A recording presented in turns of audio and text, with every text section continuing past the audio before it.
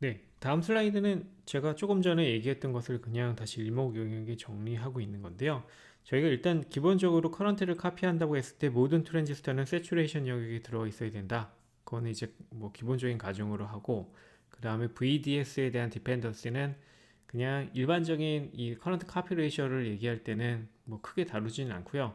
이제 정밀한 카피를 얘기할 때는 VDS를 뭔가 컨트롤하는 것들을 생각을 해줘야 됩니다. 한 가지 이제 가령 이제 이 중간에 요 브랜치를 한번 놓고 생각해 보시면요. 요 Q4라는 트랜지스터를 얼마나 크기를 어떻게 조정해야 되는가 뭐 이런 것들을 고민해야 되는데 지금 이 I3라는 커런트가 흘러서 이 I4라는 커런트가 그대로 만들어지는 거잖아요. I3랑 I4는 같을 수밖에 없죠. 하나의 브랜치에 있으니까. 근데 그렇게 되면 만약 Q4 트랜지스터를 많이 작게 가져간다. W 오버 L을 작게 가져간다 그러면은 이 VSG가 충분히 커져야 될 겁니다. 그 얘기는 무슨 얘기냐면 이 노드의 볼티지가 밑으로 내려온다는 얘기예요. 근데 과도하게 내려오면 무슨 문제가 일어나요? Q3 트랜지스터가 세츄레이션에서 벗어날 수 있는 그런 위험성을 갖게 됩니다. 그래서 이제 Q4도 어느 정도 충분한 크기를 갖는 W 오버 L을 갖는 그런 트랜지스터를 만들어져야겠죠. 그러니까 이런 것처럼 저희가 하나의 어떤 노드를 생각할 때 모든 트랜지스터들이 세츄레이션에 들어가야 된다는 그런 가정은 항상 지키면서 그런 전제는 지키면서 얘기를 해줘야 됩니다. 그게 다고요. 이제 여기를 이 커런트를 가져가고 이쪽에서 위에서 부어준다 이런 거에 대한 설명을 뭐 커런트를 싱크한다, 뭐 커런트의 소스가 됩니다, 뭐 이런 얘기를 하고 있는데 무슨 얘기를 하고 있는지 그냥 컨텍스트만 이해하시면 됩니다. 이런 단어나 표현 자체에 그렇게 신경을 많이 쓰실 필요는 사실 없습니다. 네. 그리고 나서 이제 BJT 얘기를 하게 되는데요. BJT는 조금 특이해요. BJT는 특이하고 특히 저희가 사실은 이런 몇 번 반복해서 말씀드리지만 서킷을 개발해내는 과정은 BJT가 먼저 앞서서 갔습니다라고 말씀을 드렸어요. 그래서 사실 이런 토폴로지나 이런 거는 바이폴라 트랜지스터를 가지고 사실 사람들이 먼저 만들었다고 생각하시는 게 옳고요. 그걸 모스로 그대로 옮겨왔고 그렇기 때문에 어, 바이폴라에서 갔던 장점이 일부는 사라지고 혹은 뭐 없었던 것들이 오히려 좋아지는 뭐 없었던 장점들이 새로 발견되는 뭐 이런 일도 있긴 한데 어쨌든 토폴로지 자체는 바이폴라에서부터 왔습니다. 제가 사실 일반적으로 바이폴라부터 먼저 강의하기도 합니다. 그래서 여기 같은 경우는 조금 특이한데요. 일단은 기본적으로 Q1 트랜지스터, Q2 트랜지스터 같은 상황을 일단은 전제를 그렇게 전제를 깔겠습니다. 물론 이 Q1과 Q2의 뭐 여기 이제 EBJ, 에미터 베이스 정션의 크기에 대해서 얘기를 하고 있는데 그 크기의 비율로 커런트의 카피레이션을 결정할 수 있습니다. 라고 얘기를 할 수 있죠. W over L에 해당되는 게 여기서는 이제 에미터 베이스 정션의 크기가 될 텐데 그 비율에 의해서 커런트의 레이셔를 바꿀 수 있습니다. 근데 여기도 저희가 그냥 많이 사용하는 방법은 커런트를 몇 배 하고 싶다 그러면은 커런트를 몇 개를 더 써요. 그래서 정수배의 어떤 이 트랜지스터들을 놓고서 동일한 트랜지스터를 여러 개 쓰는 걸로써 커런트의 카피 레이셔를 결정을 하게 됩니다. 근데 그거는 뭐 일단은 깔고 가고요. 기본적인 동작에 대한 것을 한번 생각해 보죠. Q1, Q2 트랜지스터가 여기 있고요. 여기도 마찬가지로 토폴로지가 똑같기 때문에 베이스 에미터의 전압을 이제 Q1과 Q2가 공유를 합니다. 그래서 이제 왼쪽에서 만들어진 IRF 여기는 이제 VB가 대충 한 0.7V 정도가 된다라고 항상 말씀드렸고 여기가 VDD 여기가 VB이면 VDD 빼기 VB를 여기 만약에 저항이 있다 그러면은 이제 그 저항에 의해서 마찬가지로 또 결정이 되는 거죠. 앞에랑 똑같아요. 다시 말씀드리면 그러니까 VB가 어떻게 되냐라는 것을 생각해 VB가 만약에 VDD면 커런트가 안 흐르는 거고 근데 뭐 이런 식의 직선이 마찬가지로 이 저항과 VB에 의해서 플러시 되는 거고요. 근데 재밌는 건 뭐냐면 이 VB에 의한 Q1 트랜지스터의 커런트는 어떻게 돼요? 얘가 이제 이렇게 올라가는 거죠. 0.7 근방에서 익스포넨셜하게 증가하는 걸 보게 됩니다. 그래서 여기가 사실 0.7에서 크게 벗어나지 않는 어떤 VB 값을 갖게 될 거고 그리고 그것에 의해서 결국 커런트와 IRF와 이때 VB 값이 결정되게 되는 거죠. 앞에서 했던 것과 거의 유사하죠. 그리고 나서 두 개의 트랜지스터가 같다면, 그리고 요 볼티지와 요 볼티지가 비슷하다면 이제 IRF가 IO로 잘 카피가 될 것이다 라고 얘기합니다. 그리고 여기 모처럼 이제 Q1보다 Q2가 M배 된다 그러면은 커런트 역시 M배 된다 라고 생각할 수 있는 거죠. 이 정도 얘기하고요. 물론 얘네는 다 이제 포워드 액티브 영역이 있어야 됩니다 라고 얘기를 하는 겁니다.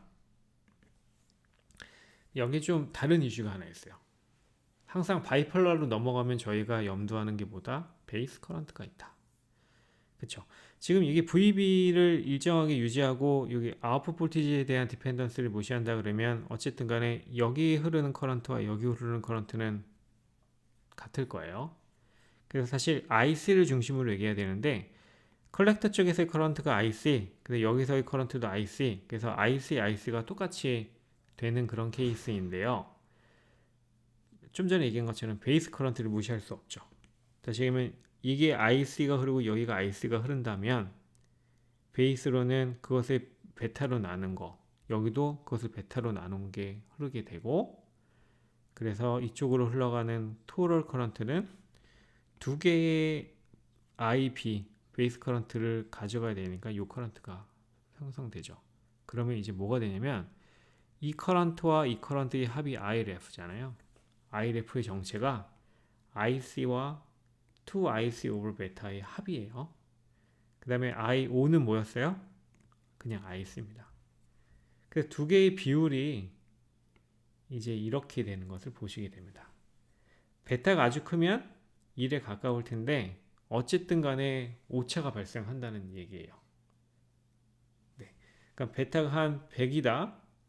그럼 여기가 100분의 2 정도가 들어가는 거잖아요. 0.02가 들어가는 거잖아요. 그럼 대략 한 2%, 그쵸? 한 98%의 카피 레이셔를 갖게 돼서 약 2%의 오차를 갖게 되는 것을 보게 됩니다. 근데 이게 하나면은 그런데 이게 만약에 M게이 트랜지스터라고 합시다. 그럼 어떻게 돼요? 여기 M게이 트랜지스터면 얘도 M배의 IC로 바뀔 거고요.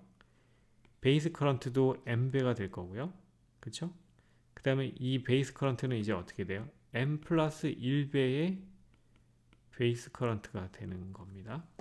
그쵸?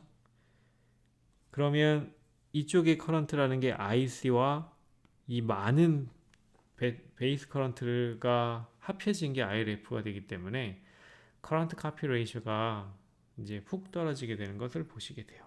그래서 기본적으로 IO와 IRF의 커런트 카피 레이셔가 이에 의해서 결정이 되고요.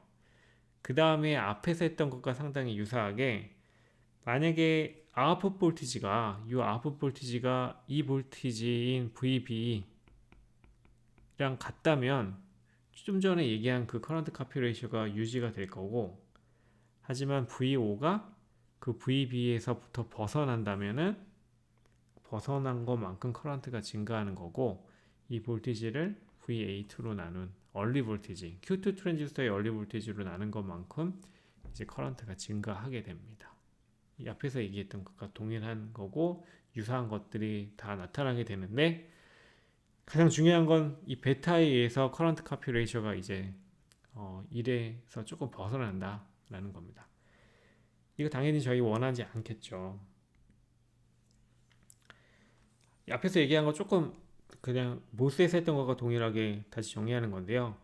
이 VO에 대한 디펜던스 없을 때, 다시 얘기하면 VB가 얘도 이제 VB랑 같을 때, 다시 얘기하면 여기의 볼티지랑 여기의 볼티지가 같을 때, 그때 커런트 카피 레이셔가 앞에서 얘기한 1 플러스 베타분의 2분의 1로 결정된다면 이제 VO가 VBO보다 커지게 되면은 커런트가 증가하겠죠. 그래서 그 비율을 얼리 볼티지와 볼티지의 비율로 얘기를 해주게 된다라는 겁니다. 여기도 마찬가지로 이 저항을 얘기하게 되고, 이 저항이 이 R02라는 이 저항이 결국 이쪽에서 바라본 임피던스가 되는 거죠. 네. 그래서 아웃풋 저항, 이 커런트 소스, 얘를 커런트 소스라고 간주했을 때 이 커런트 소스의 아웃풋 임피던스는 Q2 트랜지스터의 R2가 된다 라는 것을 다시 한번 얘기합니다. 네. 그리고 이제 얘도 이제 아까처럼 소스와 싱크, 뭐 푸시 앤 풀, 뭐 이런 것들을 다 해주게 돼요. 지금 요 브랜치를 어떤 식으로 만들어 놓고 있냐면은 처음에 레퍼런스를 제너레이션을 부분은 얘는 이런 서킷을 놓고 설명을 합니다. 얘는 PNP 트랜지스터이고 안에는 NPN 트랜지스터라서 여기 이제 마찬가지 VEB라고 쓰는 게 맞겠네요. VEB 대략 여기도 0.7V 정도, 얘도 VEB 0.7V 정도. 그러면은 여기 걸리는 전압이 파워 서플라이 볼티지 두 개의 차이인 VCC와 VEE 요거요. 그 다음에 VB에 해당되는 거 두 개. 네. 요 두 개를 빼고 이제 그걸 R로 나눈 거죠. 이거 사실 명확하게는 VBE2라고 쓰는 게 사실 맞습니다. 그러니까 다 절대값만 생각해 주세요. 네. 그렇게 되고요. 그러면 이제 PMOS가 아니라 PNP 트랜지스터랑 NPN 트랜지스터가 모두 카피가 될 준비가 돼 있죠.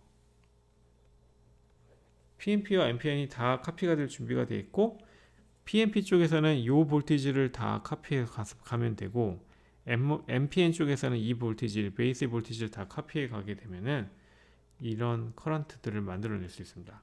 보시면 여기 보이는 이 트랜지스터들이 다 PNP는 다 똑같은 PNP, NPN은 다 똑같은 NPN이라 그러면 얘는 I2는 IRF가 그냥 카피되는 거고, I4는 3개니까 3배의 IRF가 되는 거고, I1은 IRF랑 똑같을 거고요. 얘는 2개니까 2배의 IRF가 되는 것을 예상할 수 있습니다. 이런 식으로 해 나가는 거예요.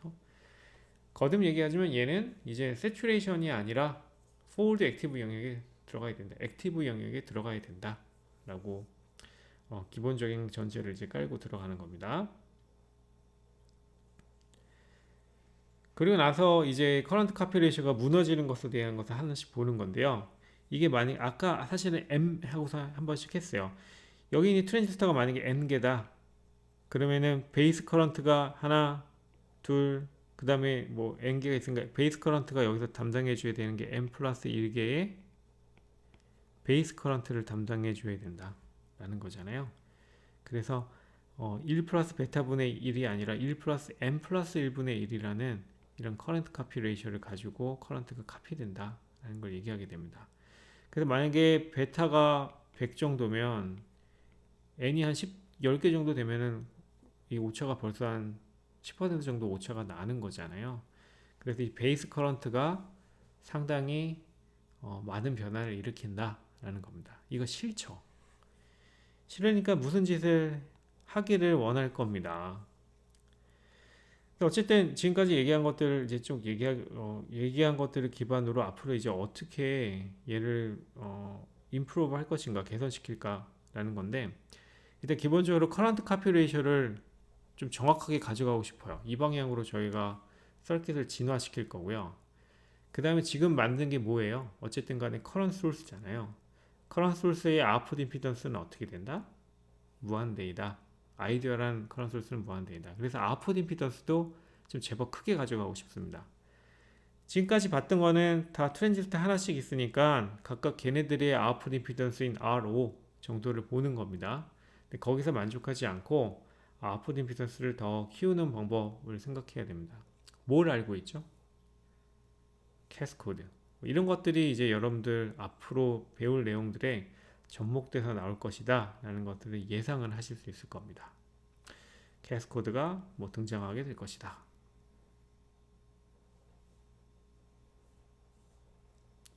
그래서 바로 나오는 게 이제 캐스코드의 미러인데요.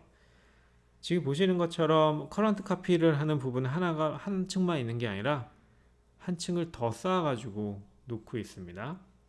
그래서 보시게 되면 이제 요 A라는 볼티지가 게이트 볼티지가 동일하니까 두 개의 커런트가 비슷하다 그러면은 요 볼티지가 같을 거잖아요.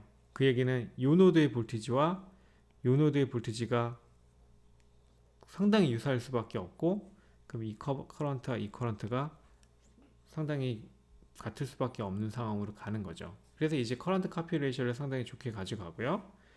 그리고 나서 이쪽으로 바라본 임피던스인데요. 얘를 아래쪽에 있는 커먼 소스 앰플리파이어 옛날에 그렇게 간주하시고 얘를 또 이 캐스코드 앰프라고 생각하시게 되면 이쪽으로 바라보는 임피던스가 이 GMRO의 스퀘어의 형태로서 나타나게 됩니다. 조금 다른 게 하나 있어요. 뭐가 있냐면 우리가 캐스코드에 대한 분석을 할 때 이 노드는 AC적인 그라운드라고 얘기한 바가 있습니다. 여기 AC적인 그라운드예요? 아니죠, 사실은. 아닌데 사실 이 Q4 트랜지스터의 경우를 보면 게이트와 이 드레인이 묶여 있어요. 그래서 여기서 여기까지의 임피던스, 다시 그 얘기는 이 단자와 요 게이트와 드레인을 묶은 요 단자와 여기 사이에 저항을 얘기한다 그러면 그게 사실은 소신호적으로 그냥 1/GM이에요. 그쵸? 게이트 볼티지가 증가함에 따라서 커런트가 증가하게 될 테니까 GM배에 대해서 증가하게 될 테니까 이 저항으로 환산하게 되면 GM분의 1의 저항을 갖게 됩니다. 그럼 얘도 GM분의 1, 얘도 GM분의 1. 그러면 A1을 놓고 얘기한다 그러면 A 포인트에서부터 그라운드까지는 GM분의 2 정도의 저항을 가져가는 거예요. 그러니까 상당히 작은 저항이에요.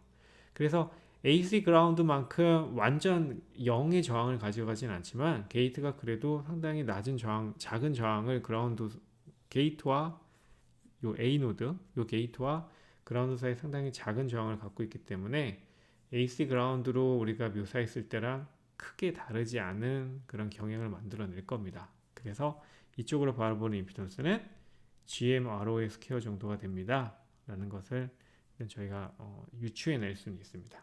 그게 실제로 사실이고요.